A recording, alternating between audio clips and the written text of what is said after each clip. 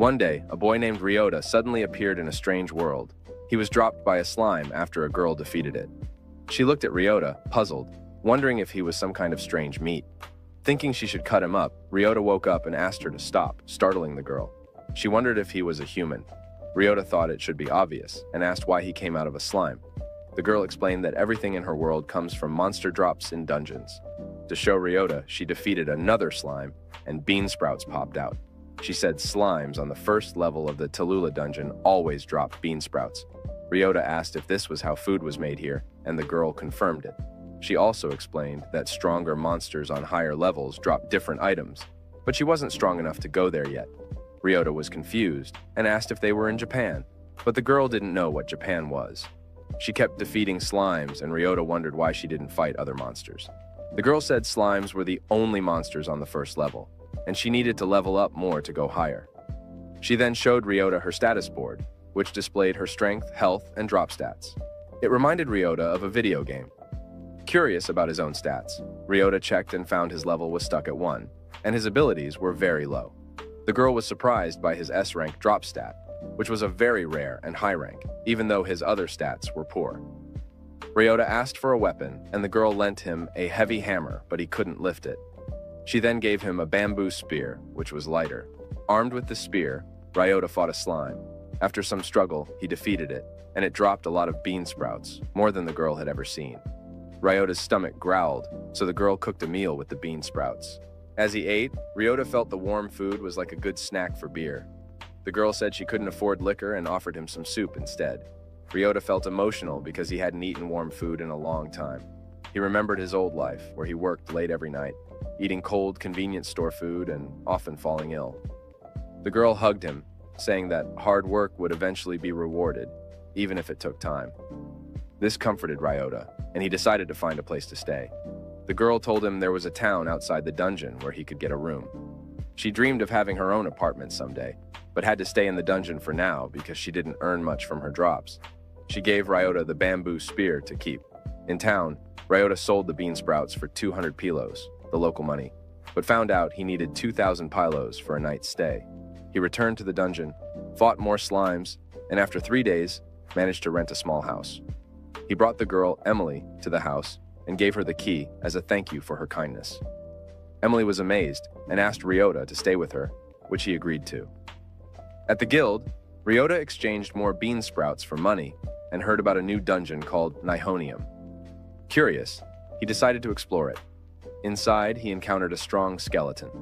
After a tough battle, he defeated it, and the skeleton dropped a seed that increased Ryota's health points, HP. Excited by this discovery, Ryota continued defeating skeletons, finding that only he could pick up the seeds they dropped, which kept increasing his HP. Emily was impressed by how Ryota got stronger without leveling up. Ryota figured Nihonium was special for people with S-rank drop stats like him. Once his HP reached the highest rank, S, Ryota decided to try the second level of Tallulah. There, he fought a sleepy slime and collected a big carrot. Some adventurers laughed at his low level, but Ryota ignored them. A bunny girl who didn't like people with low levels sneaked up on him, but later knocked on his door, confessing she loved him. In the end, Ryota had a clean, warm home, thanks to Emily, and felt happy to have someone waiting for him. Ryota was curious about the bunny girl. She used her chop move on another person and hurt them a lot. She wondered how Ryota stayed okay after she attacked him, even though he was only level 1. Ryota thought maybe it was because he had very strong health. The bunny girl showed Ryota a carrot he lost in the dungeon. She picked it up and wanted more like it. She saw that Ryota had more carrots at his house. Emily, Ryota's friend, asked the bunny girl to eat with them. Emily made a yummy dinner with carrots. She made noodles and soup with carrot pieces. The bunny girl thought the food was very tasty and said Emily's cooking was amazing. After dinner, the bunny girl left, and Emily asked her to come again. Ryota felt happy because he used to eat alone before he met Emily. Later, Ryota was on the second floor of a dungeon called Nihonium. He saw a zombie and had to fight it. His spear broke, so he used his hands, which he didn't like. He beat the zombie, and it dropped a seed that made Ryota a little stronger. The bunny girl came back and asked about the seed. Ryota kept his special drops a secret. The bunny girl wanted more carrots and told Ryota they should go to Tello to get some. Ryota said to wait at a place called Swallow's Gratitude. Ryota took the carrots to the Swallow's Gratitude and saw the bunny girl again. He gave her a carrot, and she ate it. People were surprised that Ryota had carrots she liked. Urza, another adventurer, offered to buy the carrots for a lot of money because the bunny girl, Eve, liked them. Eve is famous and strong and loves good carrots. Urza paid Ryota 15,000 pilos. Ryota was happy and promised more carrots tomorrow. When Eve tried to hit him, he stopped her and promised to get home early to Emily. Later, Ryota and Emily talked about their good day in Tulo. Ryota saw some adventurers having trouble with a slime monster. Their leader pushed them hard, reminding Ryota of a tough boss he once had. Emily came with lunch, and Eve joined them. They enjoyed the meal. The leader came back and told the adventurers not to be lazy in dungeons. He said hard work makes good drops, but everyone liked Ryota's carrots even without hard work. The leader left with his group, seeing Eve was too strong. Ryota thanked Eve, and she asked for more carrots. Ryota and Emily sold more carrots to Urza at the Swallow's Gratitude. Urza said they should get a magic cart to carry more. Ryota and Emily went to a shop to buy one. The cart was very expensive, so they decided to save money for it. Suddenly, a loud noise scared everyone. A big gorilla monster, called a stray, was attacking. Emily said these monsters don't drop anything, so people avoid them. Ryota saw the shopkeeper and his daughter running. Urza was in danger, so Ryota saved her. Eve and others came to help. Ryota and Emily fought the monster, and Ryota beat it with a strong hit. People thanked Ryota, making him feel proud. He and Emily found that the gorilla dropped something special. After Ryota beat a big gorilla monster, he found a strange gun that had dropped. He was curious because gorillas shouldn't have guns in his world. Ryota's powers got stronger from special seeds in a place called Nihonium. He used his new gun on the second level of Nihonium to fight monsters. It worked well, but Ryota worried about running out of bullets and decided to save them. Ryota helped his friend Emily fight some sleepy slimes. After the fight, they had lunch. Emily thought Ryota's gun was really cool. Ryota told her his strength was now rank B. They talked about exploring the next level of a place called Tulu. Emily noticed that Eve wasn't with them today. Emily said they would save some carrots for her. Ryota liked the lunch Emily made and felt happy. They went to level 3 of Tulu. Emily had never been there. She said the monsters, called cockroach slimes, dropped pumpkins. Ryota thought they looked like cockroaches and might scare girls. Emily smashed the cockroach slimes with her hammer. Ryota used his gun carefully to beat them. The pumpkins were big, but they couldn't carry them all. Just then, Eve showed up for carrots, and Ryota felt relieved. They took the pumpkins outside to sell them. Ryota noticed some were ruined, maybe by animals.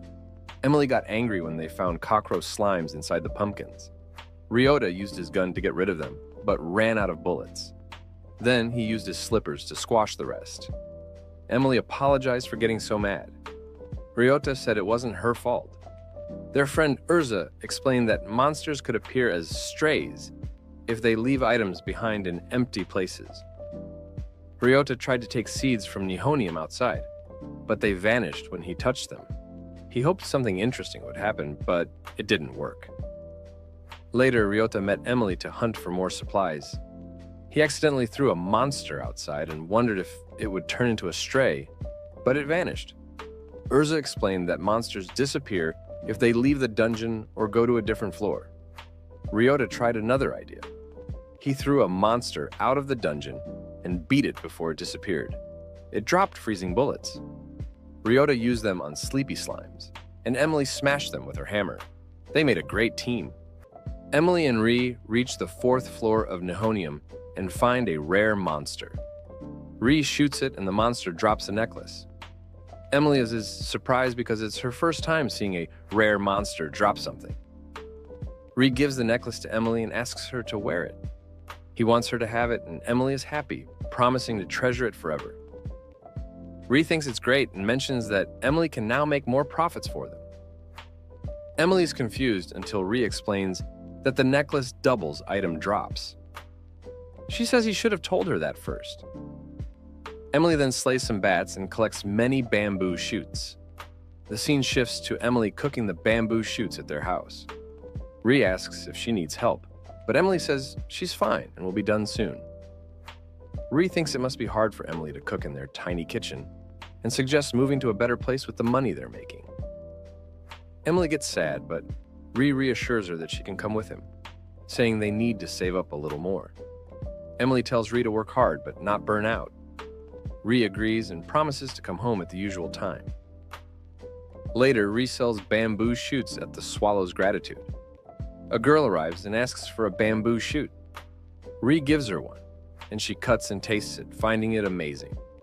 She offers to buy all of Ree's bamboo shoots and pays him 20,000 pylos. Rye is initially disappointed, but realizes it's still a good price.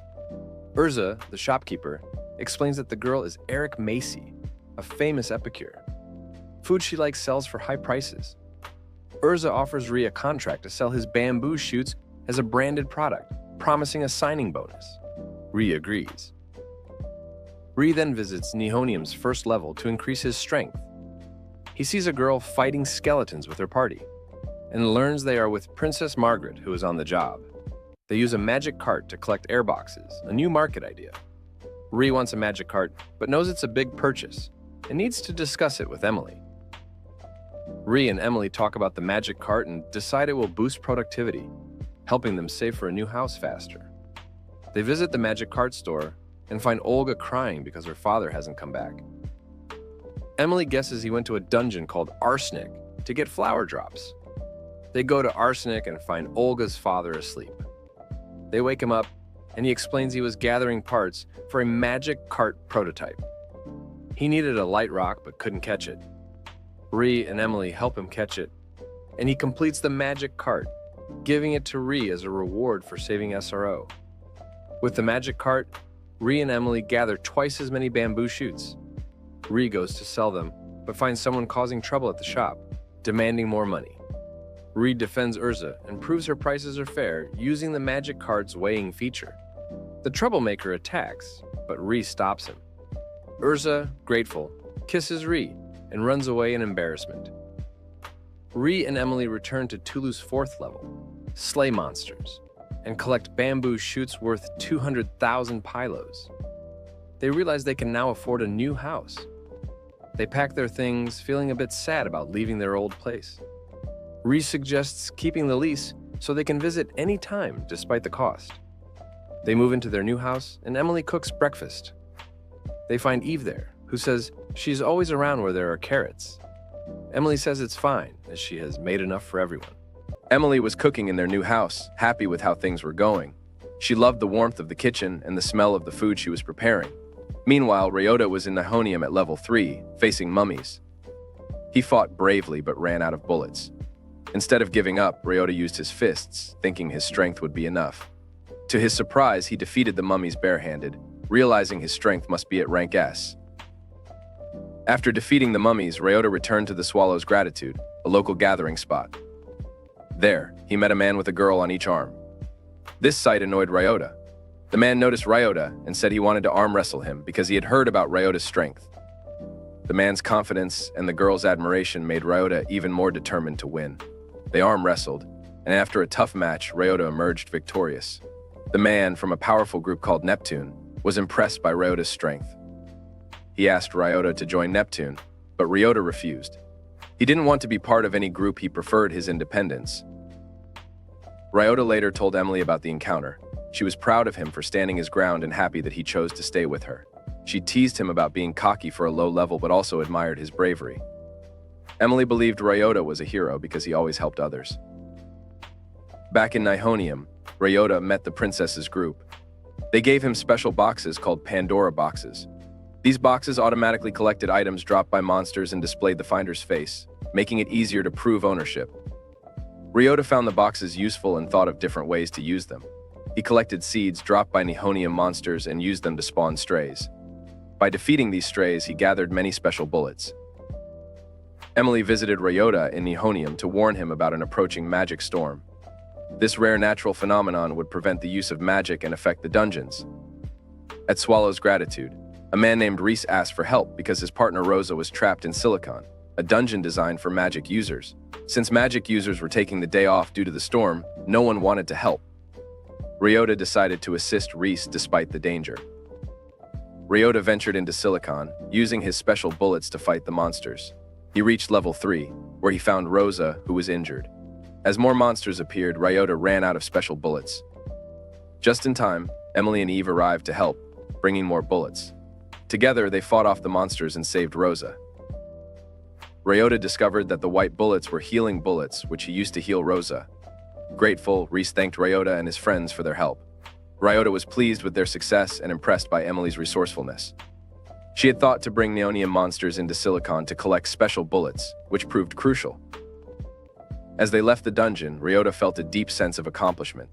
He thanked Emily and Eve for their support. Emily smiled, happy to be part of the adventure. She thought about her mother, who had been a hero to her. Emily's mother had always helped others, even at great personal risk. Emily saw the same heroic qualities in Ryota and felt proud to stand by his side. At home, Emily cooked a delicious meal. They sat together, enjoying the food and each other's company. Ryota looked around the cozy kitchen and felt a sense of peace. Despite the dangers they faced, moments like these made it all worthwhile. This is the end of the video. Subscribe to the Anime Sphere Recaps channel for more anime recaps.